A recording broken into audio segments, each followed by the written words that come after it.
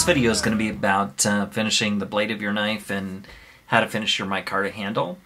And I want to point you to two excellent videos that Mr. Bruce Rugg, Nebulax123, uploaded for us, actually right before we started the build along, to show kind of an in-depth look at how you finish a blade and even mirror polish one. So I'll put the links to that in the description down below this video, and also try to link it so that you have those to go to for a more in-depth look. And let's jump right in. I'm going to show you how to make a little flat sanding block and get your blade looking great. Let's take a look at making this flat sanding block. So what I have here is just a little piece of flat wood. It's hickory, and I'm going to lay it down on a piece of suede and just cut around it with this pocket knife, so that we end up with a piece of leather that's the same exact size as my thin sanding block. Make sure that you use some kind of glue like this contact cement that's going to hold it real well. I just spread it on both sides, let it dry a little bit, and then tack it together. It's important also to make sure whatever you're using as a backer is very flat. This is a piece of pignut hickory that I used to use for bow backing. It's real flat and stable. Works real well. Some people use a piece of precision ground steel, but I like this wood and how it works real well. So just glue it up good on both sides, let it dry just a little bit, and then push the two sides together very carefully. I make sure to check it too, and if I need to stretch the leather a little bit to get it to fit just right, I'll do that while the glue is still tacky. And just rub it with something to make sure that you've got good adhesion. So after that, it looks like this. I'm just going to take this sharp little knife and trim the excess leather around it. And it's real simple when this glue is dried, just to get that real neatly done. So that's what it looks like, all trimmed up. And what you now have is a very flat block with suede on one side, and that's what is going to go against our abrasives as they sand the knife. Alright, so to finish our knife, we're going to work with some assorted grits of metal sanding sandpaper. And I just got this at an auto store, like an AutoZone. It's 3M Auto, and it's an assortment: 2 320 grits, 1 400, 1 600, and 1 800. And so what we're going to do is we're going to start with this 320. We're going to go to 400, and then we're only going to take this knife to about 600 for this demonstration. You can do a lot more if you want to, and we're going to use this handy-dandy sandpaper backer thing that I made and showed you. And we're going to use a little bit of just household oil.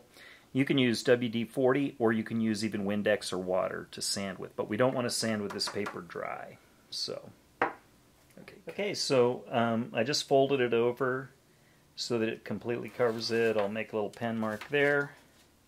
That's what we've got. Fold it and just tear along there. Put that like that, and we're ready to sand. So on our blade here, we'll just put a drop of oil. That was a little much, but you get the idea. And then what we're going to do with this is just lay this flat on the knife, and we're just going to sand back and forth like this. And try to keep the lines going straight back and forth. And you can see that cleans up pretty quick and easy. That's what it looks like. And the oil keeps the sandpaper from clogging, and the backer keeps it flat against the knife so that you don't lose your nice even grind. And as you can see, it stops and butts up against the plunge line in the back like that. And I've adjusted this clamp so it's right there too, just so it doesn't erase that nice grind line, that plunge there. So we just go back and forth like this, and on this coarser grit we don't have to worry too much about how perfectly parallel the lines are. We just want to keep them straight, parallel with the the edge as much as we can. And then in the final sanding, we'll pull the sandpaper in one direction like that. But for now, we're just going both ways.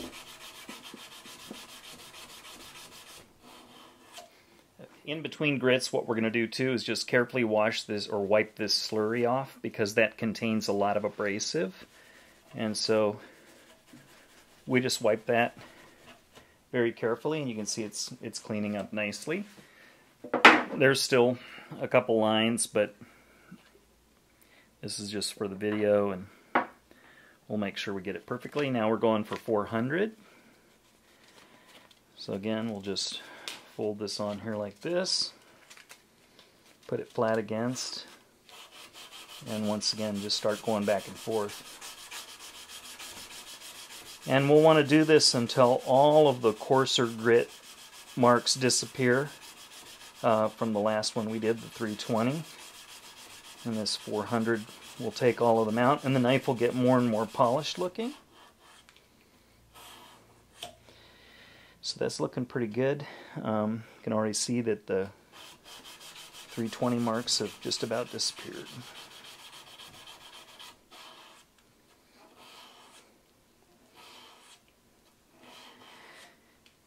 Now again, typically what I would do is do both sides of the knife so that I'm using the grits, turning the blade over, doing the other side, and just continue to do that until the knife is done.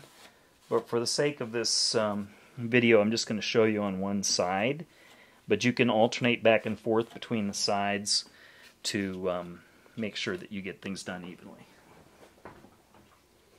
We're going to go to 600. Again, we'll just put a drop of oil there. Take the 600 on the backer.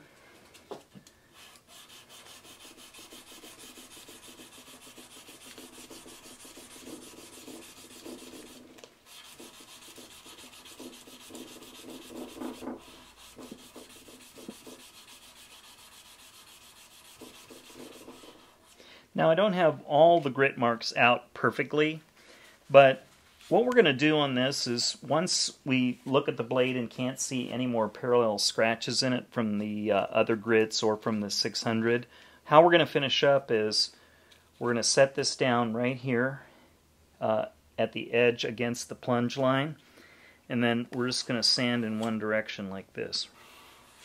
And what that's going to do is give us a nice even set of scratch lines, kind of a nice true matte finish. And we want to keep that sandpaper perpendicular to the blade and doing the same thing every time. I like to just move it a tiny bit this way or this way to make sure that my grind pattern is even and that my sandpaper is sharp and cutting in different spots. And it really doesn't take that long. Hand sanding of blades goes pretty quickly, and I would prefer a finish like this that's a matte finish for using knives. I really like how it looks. So as you can see, I'm pulling it completely off the blade before I lift it up so that we don't get any curlicue sort of sanding marks. And like that. So again, it's not really perfect, but again, for the sake of the video, I've waited too long to get this up, and I wanted to make sure I get this up for people. That's what it looks like.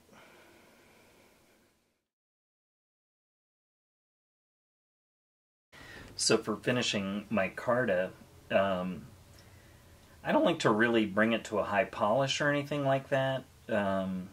It's kind of neat when it has a little bit of a rough texture, but I'll show you just a simple way to finish it. So again, I have some grits of sandpaper here, and we're going to try those a little bit. I'll do this 400. And so what I like to do is, you know, I can see grind marks on this from where I shaped it, and so I'm kind of looking at those marks to tell, you know, how much to sand.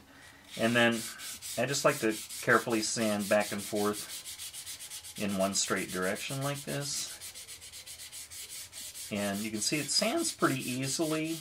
It's deceptive though because the way the cloth is woven, it can hide scratches sometimes. So if you kind of tilt it in the light, like if I do like that, I can see scratches like right here. And then I'll just work to eliminate them like that. So really, I could sand this at about 400 grit and just leave it. I'm sanding up and down, keeping my scratches parallel, and it's already looking nice. Got a couple heavy scratches right here.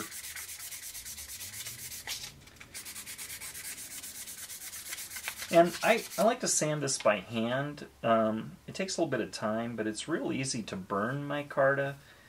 If your belt is a little bit dull on a belt sander or something like that, you can very easily burn it. It leaves kind of a brown mark on it, and it's really not that hard to hand sand. And you can kind of finesse it a little bit, unlike if you're using a grinder or a disc sander. So, as you can see, you can kind of see those scratches, but they're very parallel. And I'll just do a little bit more work and be right back with you. Okay, now that's nice and smooth and straight, even scratches. So what we're going to do is hit it just a little bit with 600. And I'm not going to get too aggressive on this. What I'm doing is just smoothing out that scratch pattern. And it sands quite easily like this. So I'm just keeping parallel like that.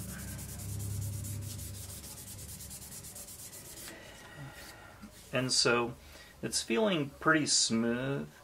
I'm not really after a polished look or anything like that. I really could have stopped at 400 easily, or even coarser, and just keep the scratches real even for a neat looking finish. Sometimes what I do at this point too is I take a piece of fine steel wool like this and then just hit it with that. The nice thing about the steel wool is it seems to go down into all the little cracks and crevices, and it kind of gives it a tiny bit of a polish without looking shiny, and it closes the pores of the micarta, so the pattern jumps out a little more. And then also the neat thing about this step is sometimes you can see scratches after you steel wool that you wouldn't have seen before, and then so you can just go back through the grits that you need to kind of eliminate them. So it's really kind of handy. And then back to steel wool, and that's looking pretty good. So one little trick with micarta too, because micarta is made out of cloth, this is made out of canvas, so it's layers of cloth with phenolic resin, is that when you finish it, there are real tiny pieces of the cloth, kind of fuzzy pieces of the cloth sticking up. So the nice thing again is that steel wool helps to take that off. And then what I like to do when I finish it, this is just a little bit of WD-40 that I put into a jar. But I like to take some WD-40, or you can use gun oil or something like that. And I just put a little bit on here, and then just rub it in with my finger like that. And so the top layer of the micarta will absorb a little bit of the WD-40, and this really makes the surface kind of pop out. And I put it on a little, not super heavy, but put it on where it's kind of soaking into it good, and leave it for a little bit. And then I'll just rub it off, kind of like that. And you can see it holds some of the WD-40 and just kind of makes the color pop, and it just looks kind of good. So that's my suggestion on just the very simple, basics of finishing micarta. You can, you can polish it if you want to. It actually will. The finer the weave, like this is canvas micarta. If it was linen, it can come to a higher polish. But I personally am not a huge huge fan of high polish on micarta. I like it to feel a little tactile in the hands, and you know, to look good, but to be kind of a matte finish, so to speak. So anyway, that's my tip for that. And I'm sure there's other videos out there on YouTube you can watch for finishing micarta, but that's really how I like to do it. Very simple and straightforward.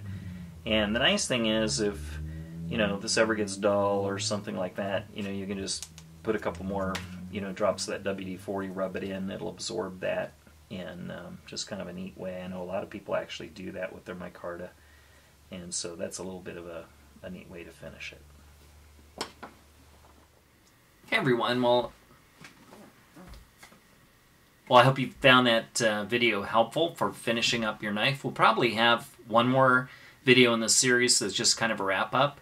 And don't forget, too, our benefit auction is going on right now for Bomba Forge. We've got some beautiful knives, a Rick Hinder knife, Lon Humphrey, Mike Erie, Jason Browse donated a knife. And I'll be sure to put a link in the comments below, the description below, so that you can go to that auction, bid like crazy, get yourself a great knife, and change people's lives. Thanks a lot, and we'll talk with you later.